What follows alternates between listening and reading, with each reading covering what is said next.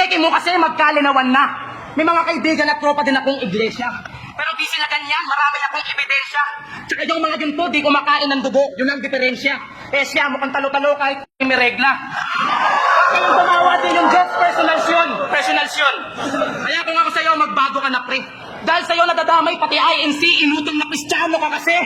Ha? Pasensya na dito. Sa akin lang yung maling dinepensa mo, Bisto, kaya makonsensya ka, iho. Mamaya mawawalan ka ng lisensya, Kristo, maging iglesia ni Kristo. Lagi mo sinasabi, alam mo ang tunay na relihiyon. Bakit? Ilang relihiyon pa alam mo sa mundo? Ha? Puro pahaging ka sa Katoliko, pero sa mga Muslim, hindi. Huwag mo sabihin, hindi mo napansin. Sayang yung pangalan mo, naging Christian ka pa man din. Panayhanap ka sa mali, panayhanap ka ng mali doon sa iba, doon palang gago, butas ka. Ayaw mong maniwala sa rebulto, pero kala mo kung sinong santo umasta. Pili na kayo pang paswerte, sabi ng tindera. Swerte pala bakit binibenta? Tingin mo, tama ka ba doon? Tama ka? Tama ka? Justify. O tama ka pala, bakit galit ka?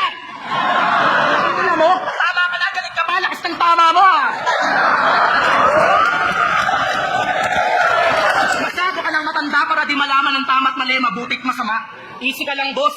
Maniniwala na sana ako sa'yo eh. Kung di ka lang bastos at kung naniniwala ka rin sana sa respeto at pagmamahal, maniniwala ka rin sana iisa lang ang Diyos!